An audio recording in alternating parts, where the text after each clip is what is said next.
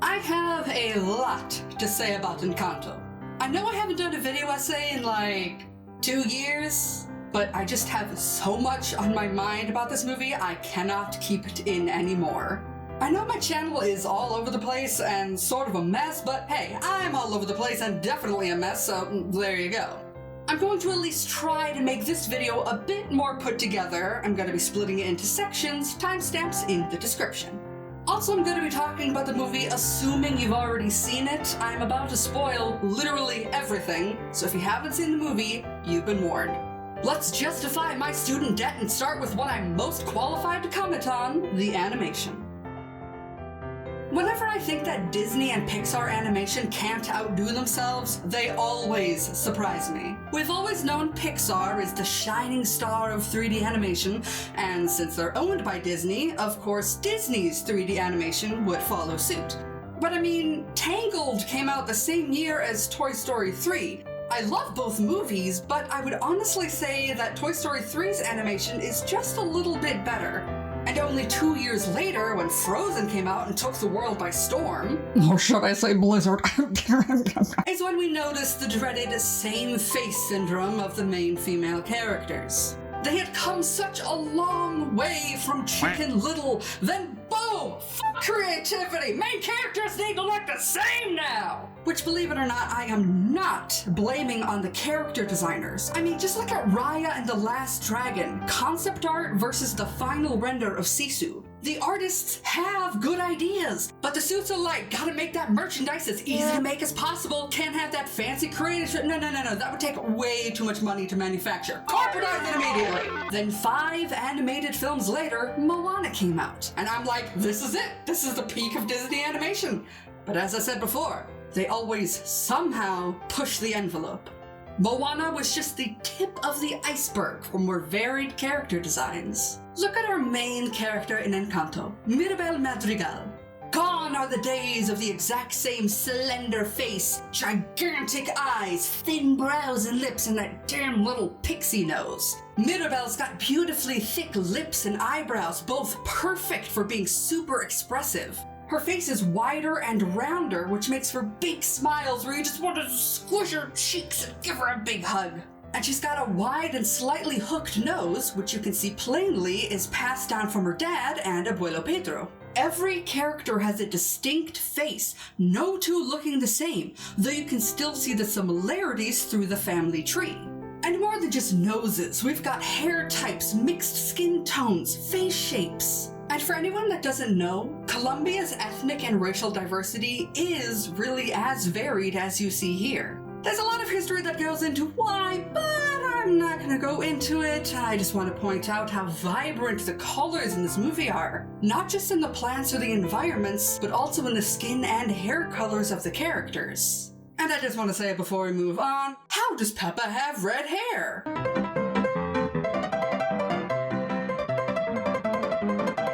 Diversity of color, there is even more body diversity, and you all know the shining star here, Luisa. Reportedly, Disney executives didn't want her to have a super buff body. Hey, it's just magic. She doesn't need to have muscles to carry stuff. It's just magic. But absolute mad lad Dylan Ekron, the character model supervisor, and their whole team managed to convince the mouse to give us buff Luisa. And now there is literally a shortage of Luisa merchandise, with fans flocking to Twitter to complain about it. Give us buff ladies! Now, beyond the character designs, the animation is truly a marvel. While really breaking the mold on this video, saying the stuff people are too afraid to say, yada yada, you know it looks good. I mean, no disrespect to you having eyes. But please, just take a moment to appreciate the small things. The half blinks and subtle expressions. How each person in this mural gets brighter when it's their part of the song. The peach fuzz on the nape of Luisa's neck. This yarn texture. How goddamn good these arepas look. Oh my god, me and Camilo are on the same page here. I want to eat them all. And the dancing. I've seen a lot of people in awe that they used real actors dancing to reference, and yeah, that's awesome. But that's not new. Video reference material and choreographing something in real life to help an animated sequence has been around since the beginning of animated film. Just look at this footage for the Gospels from Hercules back in 1997. So no, I am not impressed by the fact that they used real people dancing to animate. But what I am impressed by is the dancers themselves and how well the animators referenced them. I saw a YouTube comment where somebody said that they don't dance like animated characters, they dance like real people. And you do feel that. The flowing skirts, the intricate steps, you just want to get up and dance with them. The animation and visuals are just so goddamn beautiful, I literally only have one critique. They obviously just reused Augustine's bee sting model from the first act in the third. I mean, what are the chances that he would be stung and well up in the exact same way? But really, that's just a nitpick. This movie is a treat for the eyes in every frame. Enough said.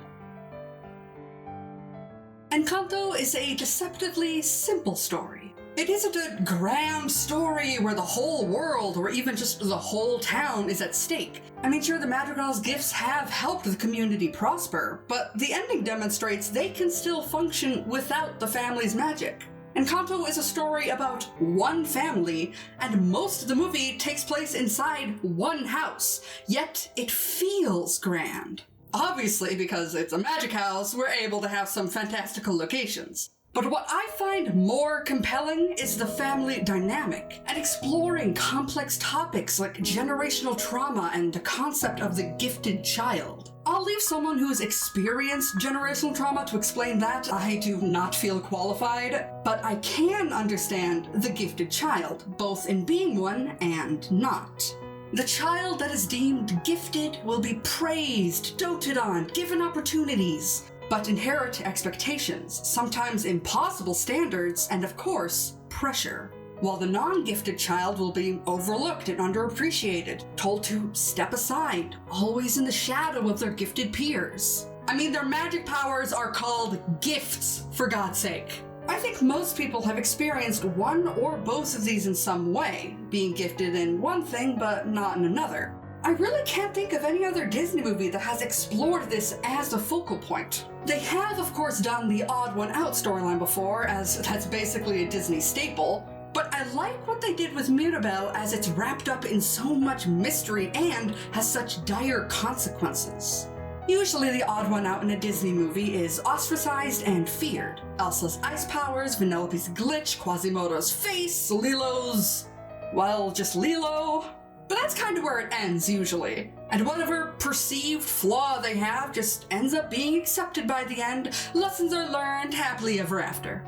It's not so clear-cut in Encanto. Mirabel has already accepted that she has no gift, which is confirmed by the art book. Her parents don't love her any less. And aside from Abuela, we don't see any evidence of her being treated badly because she has no gift. Other than this jackass over here who can't read the fucking room. But you can still see how it negatively affects Mirabel. You see her internal struggle through song and expressions. You can see how it makes Abuela treat her differently than the rest of the family. And it makes the ending ripe for theorizing. On my first watch, I had no idea if Mirabel was going to somehow get a gift at the end, or have it be discovered that she had a gift all along, or something like that, and I was so disappointed. However, after subsequent watches, I have my own thoughts on Mirabel's gift status. So you know Mirabel is supposedly the only Madrigal child with no gift, but what else is there to know? Well, because of this, she prospered in creative hobbies like sewing and craft work. And she even embroidered her entire outfit and satchel. Every Madrigal family member's clothing is representative of their gift. Luisa has weights on the trim of her skirt, Isa is covered in flowers, Papa has sun earrings, you get it. Mirabel chose butterflies. Butterflies are everywhere in this movie. In visions, in architecture, there's a butterfly on the candle, there's just a swarm of them at one point. It's a very clear motif and a commonly understood analogy for metamorphosis. From the first few frames that we see her, we are told visually that she will create a great change in her family. Though no one expects it from her. She has some of the traits that I usually dislike in characters, you know, how she's a clumsy tryhard, but for her it really works. Just want to do my part like the rest of the family. She basically has to try twice as hard on everything just to be noticed, and even then it seems to go poorly. Mirabel is so overlooked that while swept up in the joy of a quote perfect moment, the entire family just forgets to put her in a family photo. And it could be assumed that this may not be the first time it's happened. Check out this photo. Definitely looks like Mirabel was trying to stay on the sidelines here till her sister Luisa pulled her over. But in this moment, not even Luisa thought to get her. In this one moment, Mirabel is not part of the family, and she finally has to admit to herself that she's not fine. This breaks out into the musical's I Want song, Waiting for a Miracle. It's a powerful song with astounding visuals and some of the best colors in the whole film. Mirabel fantasizes about what she could do if she had a gift, how she could show the family something new. She has been waiting her whole life for a miracle and thinks she might be too late.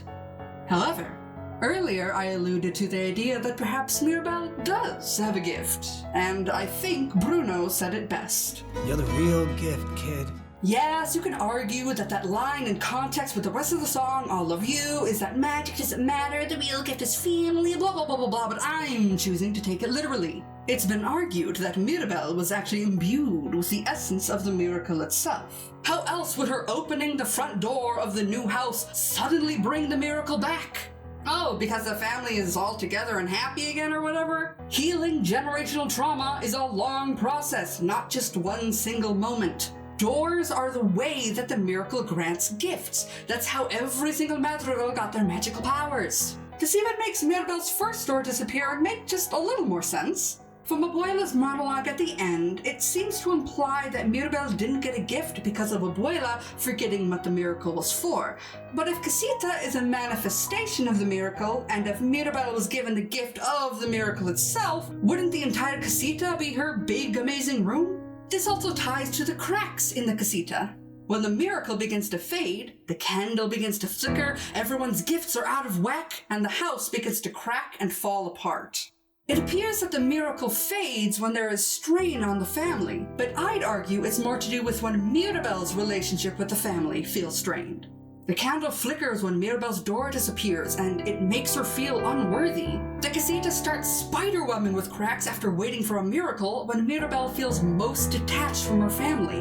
Why would it do that if the miracle was reacting to the entire family? Everyone else is having a wonderful time. And Casita starts healing when Mirabel is having a positive connection with her sister, despite how in that same moment, Abuela is gearing up to absolutely destroy her with words. It only seems to happen when Mirabel is upset, or is about to discover a damning prophecy.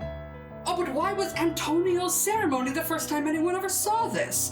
Well, maybe they just didn't notice before. After all, Abuela says the crack started with Mirabel, but I think it's maybe just because, the filmmakers needed a catalyst for the plot. All I know is the house breaks when Mirabel feels detached from the family, it fixes itself when she feels connected, and when the candle goes out, the miracle is gone, but Mirabel touching the door to Casita 2.0 brought it back. Or maybe I'm wrong. But that's what I like about this movie. There isn't a single spelled out answer. It's a story we can sink our teeth into and pick apart piece by piece to uncover more and more details. A good movie can come and go, in one ear, out the other. But a great movie makes you think.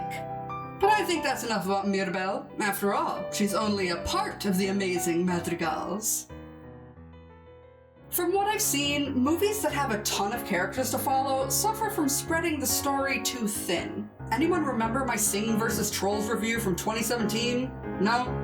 Yeah, I don't blame you. But both of those movies had tons of characters. In Trolls, each of the secondary characters were boiled down to a trope and only existed to sell toys and make future spin-offs. None of them were explored as characters. In Sing, they did some character exploration, but it was so contrived and sparse throughout that I was unable to form a connection with any of them, even on subsequent watches, since I had to watch them multiple times to make the double review. In Encanto, there are 12 living Madrigal family members that the movie has to juggle around. And in my opinion, the amount of information and exploration of the characters was spread just right. Personally, there are some characters I would have liked to see more of, some character development felt a little rushed in some parts, but it's spread like a nice healthy coating of butter on toast. I'm not gonna want to eat it because some parts have a little bit more butter than others and some parts might have next to no butter at all. No, it's not perfect, but I don't need it to be perfect to enjoy a good piece of toast. And things not needing to be perfect is kind of a theme in this movie anyway. But we'll get to themes later, back to the characters. Obviously, Mirabel is the protagonist, and her family are the secondary and tertiary characters. I would call Pepa's side of the family the tertiary characters and Julieta's side the secondary. Being Mirabel's immediate family, it makes sense that her sisters would get their own songs. Not much is explored about the cousins, but if they had tried to give a song to every single character, the story would have been spread way too thin. For pacing purposes, I actually want to talk about the characters with less screen time first, starting with the parents. Finally! Good Disney parents! It was a theme for a few decades that main characters either had both parents dead, one parent dead or just out of the picture, or both parents intact but barely a part of the story at all. And as much as Mirabel's dad, Augustine, seems to brush with death, her parents are indeed intact and a part of the story. I mean, they're not a huge part, but they're active enough to leave an impact. Julieta and Augustine are the only ones to stand up for Mirabel. They obviously love their daughter fully, unconditionally. On the day of Antonio's gift ceremony, one they know will be especially hard for Mirabel, her father levels with her on how he understands being surrounded by the exceptional can make one feel Unceptional. Okay, puppy. I'm just saying I get it. I mean, it's a little undermined by his bee-sting riddled body, but the thought is still there. As for Julieta, you can see just how much she adores her daughter. She repeatedly tells her she's just as special as the rest of the family, and that she has nothing to prove. Mirabel obviously just takes it as, well, she's my mom, of course she has to say that, but she eventually proves her mother right. The next couple is Felix and Pepa. I honestly don't have much to say about them other than I love it whenever they're on screen together. Pepa is just such a hot mess throughout basically the whole film, but whenever Felix is around, you see how good he is at calming her down. They are truly perfect together. Now onto the cousins, starting with the youngest, Antonio. He is just so precious, I can't handle it! Our first scene with him takes place under a bed as he hides from his family. You'd expect a 5-year-old to be absolutely stoked to get magic powers, but Mirabel's ceremony was the last one, so naturally... What if it doesn't work? This scene is just so sweet. It really showcases Mirabel's kind heart and her love for her family, even in the face of her own inner turmoil. We know that this has to hurt her so much that she didn't get a gift, but all she cares about is knowing that Antonio will be happy with his. And it makes perfect sense that these two would be so attached to each other since they've been roommates. Before the Madrigal is granted their gift and gains access to a magical room, they live in the nursery, and, well, we know how that turned out. That does make me wonder about the relationship between Mirabel and Camilo, though. They're the same age, so for the first 5 years they both shared the nursery together, but I guess as soon as he got his gift, things must have changed. I mean, it's not hard to understand, honestly. But anyway, Camilo. He's the lovable goofball of the family, and I've seen the fandom calling him a theater kid. I can absolutely see it. Just look at his photo, barely out of the womb, and he's already a star. But outside of his class clown antics, he's also really compassionate. It's okay, Mommy. Deep breath in, deep breath out. Also, he's got possibly the best part of possibly the best song in the movie, so, there's that too.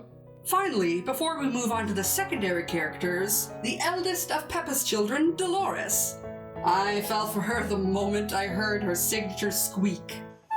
I have to say, I do not envy her gift. The ability to hear anything and everything for at least a full mile radius. Let's hope the adults waited till she was asleep to conceive the rest of the children. Dolores is considered the family gossip. She's gonna tell everyone.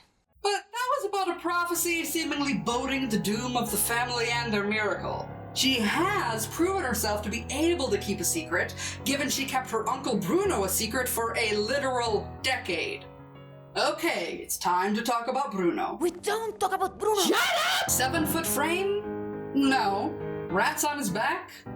Close. It's the weirdo uncle every family seems to have, but outward appearances can be deceiving. The true Bruno is selfless, imaginative, and highly superstitious, which makes perfect sense if he's been known for constantly seeing bad visions. Like Mirabel, he's not appreciated, but this time it's for his gift.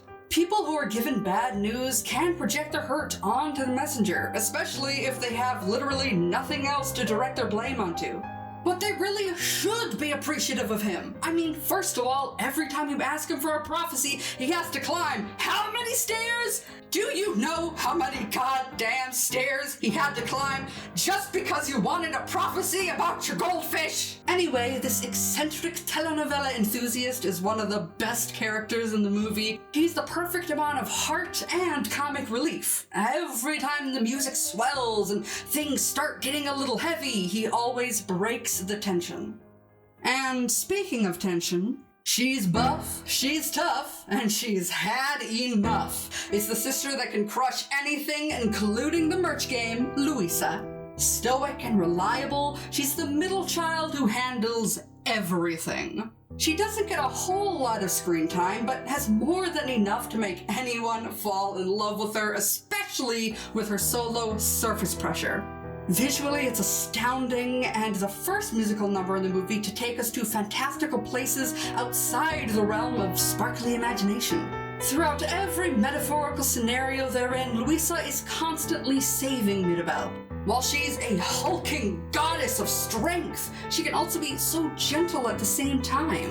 All Luisa longs for is a bit of time to relax and not worry about all of her crushing responsibilities. She likes to help and definitely has the power to do so, but everyone needs a break once in a while.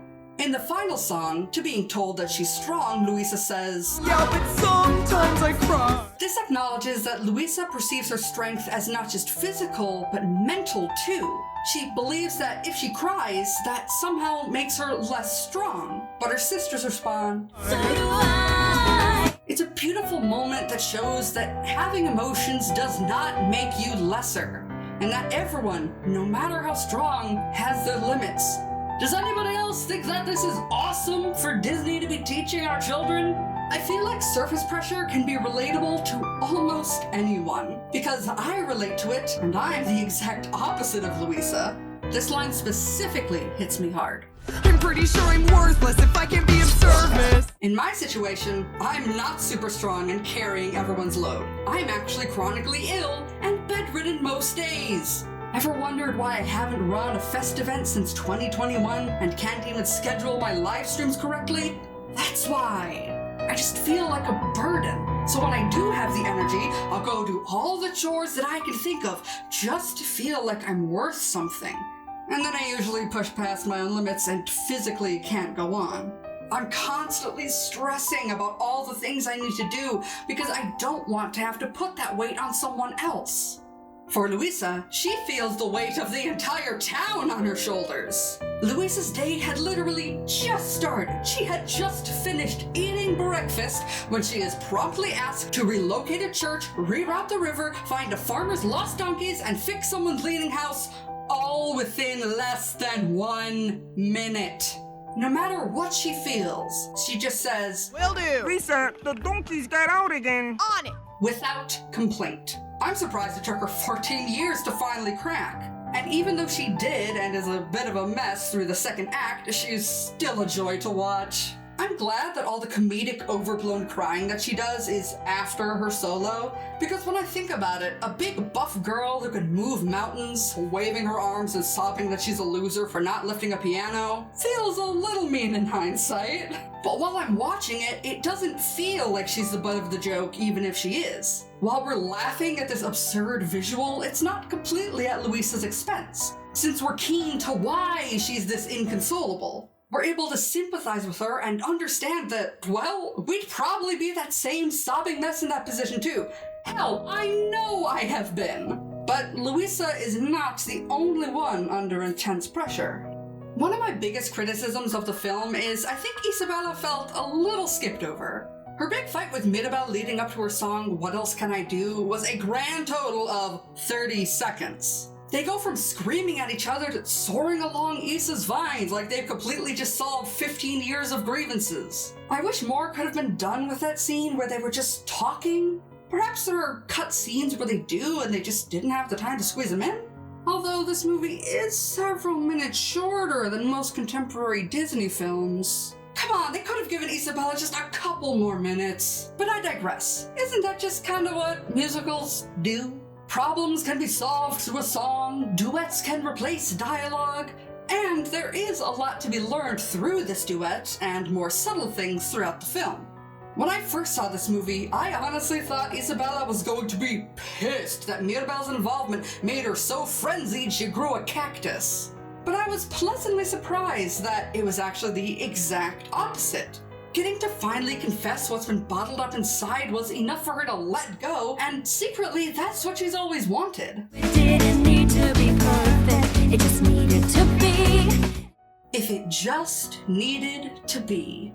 She has longed to just be, without expectations to live up to. Ever since she was just 5 years old, she's been put into a box made by other people, to the point she hadn't even explored her gift for 16 years. It was all roses and Flor de Mayo for over a decade before she realized that basically anything within the Flora Kingdom was within her grasp. She says, I'm so sick of pretty, I want something true. meaning that this vapid version of herself has never been true.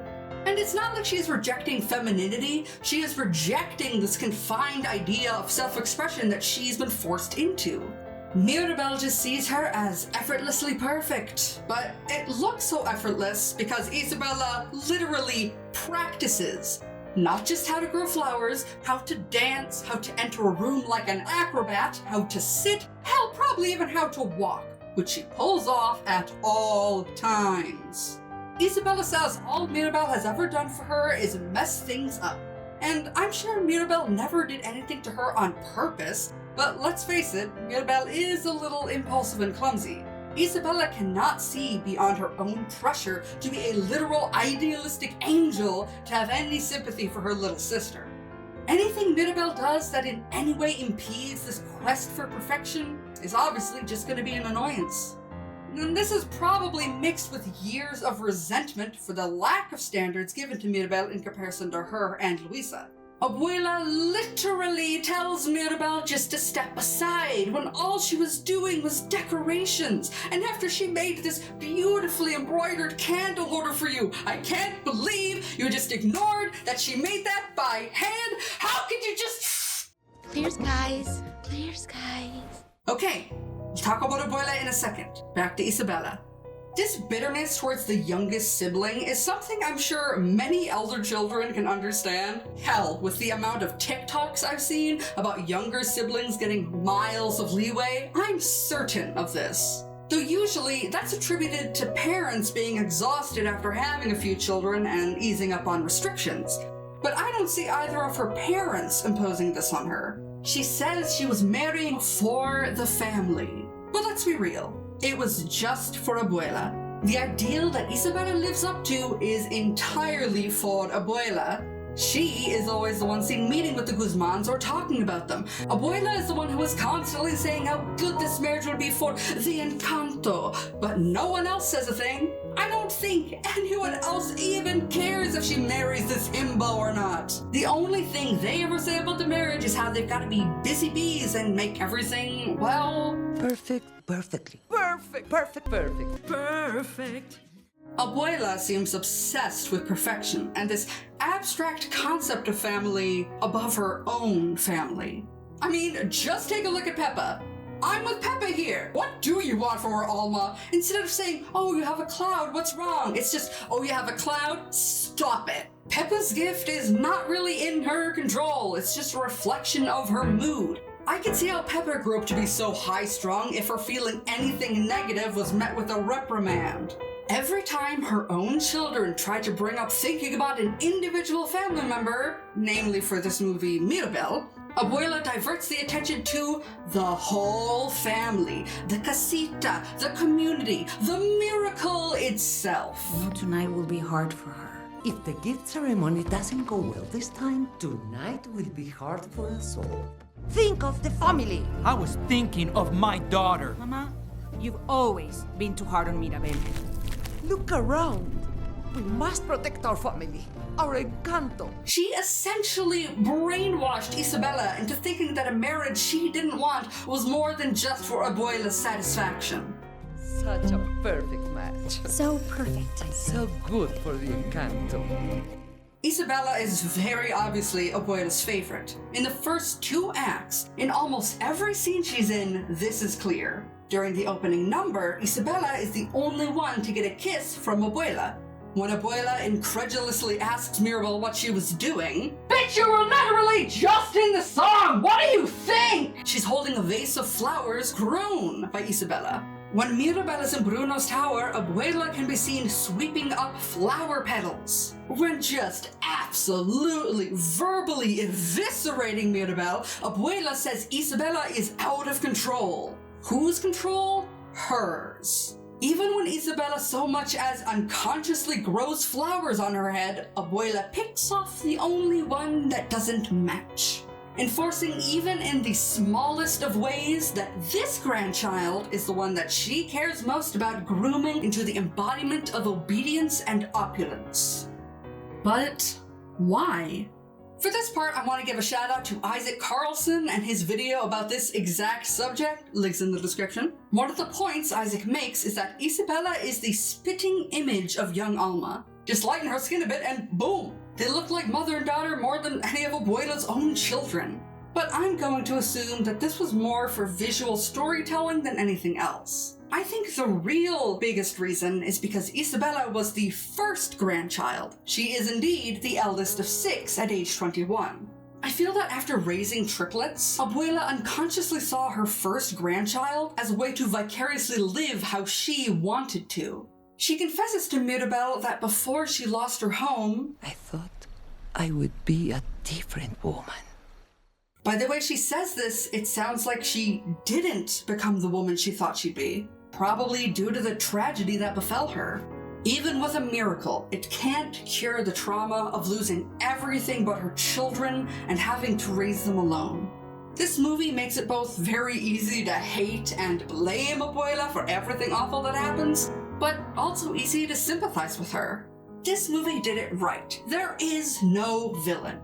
Just a traumatized woman coming to terms with how, in her pursuit to keep her family from the suffering she endured, she imposed a new kind of suffering. It's a realistic story that can be easily empathized with. Even though none of us have been blessed with a magic candle, many of us have either had a family member or have been that family member that parallels Abuela.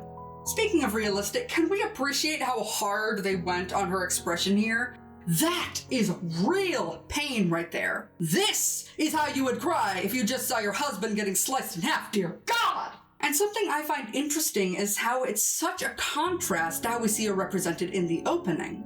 In the beginning, it was a story for a child, without the details that make it so painful. Finally, now that Abuela has lost her home for a second time, she tells Mirabel the full story.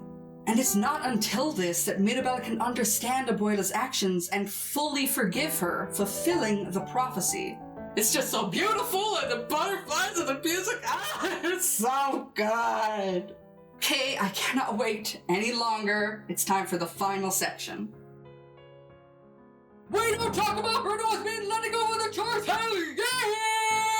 Let It Go was so incessantly popular, it has now been directly referenced in at least 3 Disney movies, including this one. And finally, this absolute banger dethrones Disney's musical titan, yeah! Not to say Let It Go is a bad song, it's objectively not. It's a catchy song with a Tony Award-winning singer, but come on. We're comparing a solo to an 8-person montuno ensemble with overlapping syncopated melodies. And beyond just how it sounds, the lyrics and the character moments tell a cohesive story. There's foreshadowing around every corner, and even gives backstory and key plot elements, all while being under 4 minutes long. Considering I already went over the character songs in their respective sections, I think it's time for a close reading of We Don't Talk About Bruno. So we start with Peppa, trying to shut up Felix and not let him tell Mirabel about Bruno. At first, I really wondered why she seemed so angry, but I have to assume there's a lot of complicated feelings over her brother seemingly running away. She insists you shouldn't even speak his name, but can't help herself from regaling the tale of her wedding day and how Bruno impacted it. The lyrics say, Bruno walks in with a mischievous grin. He told me that it looks like rain, and doing so, he floods my brain. Now, first of all, I'm willing to wager he didn't have a mischievous grin at all, and he was just, trying to smile at his sister. From Bruno's rap section in the final song, All of You, he says, That wasn't a prophecy, I could just see you were sweating. So essentially, all he was trying to do was point out that she seemed nervous, and Peppa, who is naturally an anxious mess, let it get to her head till she spiraled. In the end, it's not really Bruno's fault. The song then transitions to Dolores, and I love how the sound design changes to this more chill, Pink Panther-esque vibe. You can hear every step they make to reflect Dolores' gifted hearing, and she sings in a hushed tone as this may be the first time she's ever revealed this secret, that Bruno's been in the house this whole time. You can actually see him in the background of this segment 3 times, even bopping to the beat. Also, this little move, perfection.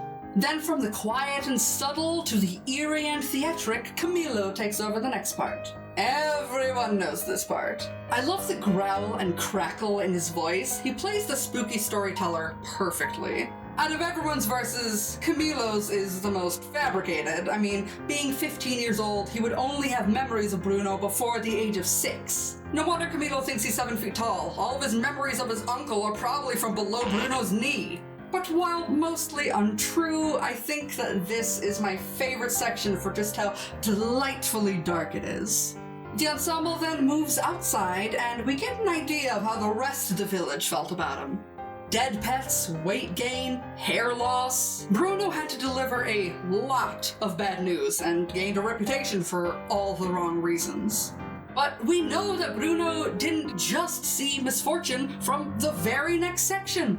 In comes Isabella, descending on a swing of vines, saying her prophecy was that one day she would live the life of her dreams and her powers would grow. Like the grapes that thrive on the vine.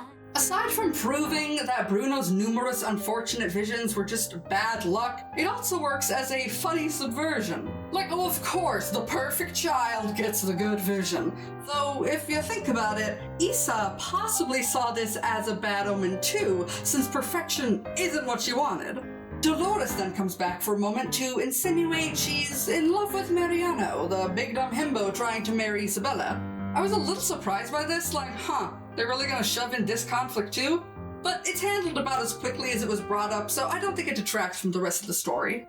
Then right in the middle of a song all about shit-talking Bruno, Isabella just takes a moment to tell her sister to shut up. It doesn't even rhyme. And here we are, setting the table, where everyone's verses overlap and we all go, damn, didn't know they'd go that hard. I mean, what can I say? This song got over 100 million views on YouTube in just 1 month for a reason. Something I'd like to point out though is at the end, Isabella can be heard saying I'm fine over and over again with a pained expression. And when I bought the MP3, I noticed that Dolores actually sings that with her, but panned to the right. But you can't really hear it in the film, only in the MP3.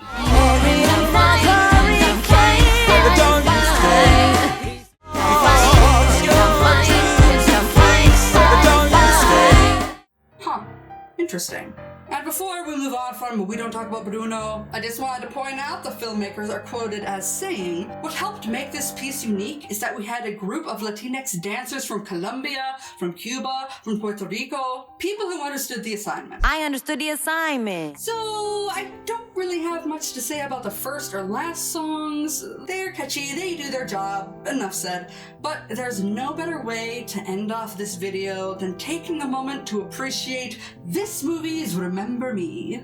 Now, I don't want to say that Dos Oruguitas is a Remember Me ripoff. It's not. They both stand on their own. But they are similar from the soft singing, simple instrumentation, and melancholic tone. And just like Remember Me, I feel like bursting into tears whenever I hear it. This number also further exemplifies the butterfly metaphor of the movie. I mean, oruguitas means caterpillar. The song is about, well, dos oruguitas, two caterpillars that are in love, but must separate so that they can fly. Abuela had to separate herself from the miracle to remember what was really important, to accept the help to rebuild their home, and to go into the future. In the end, Encanto is one of those special movies that just gets better every time you watch it.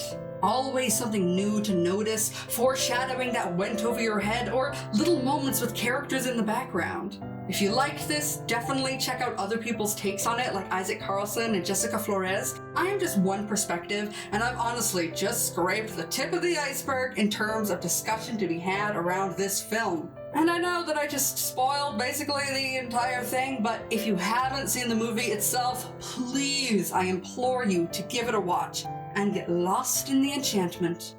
Till next time.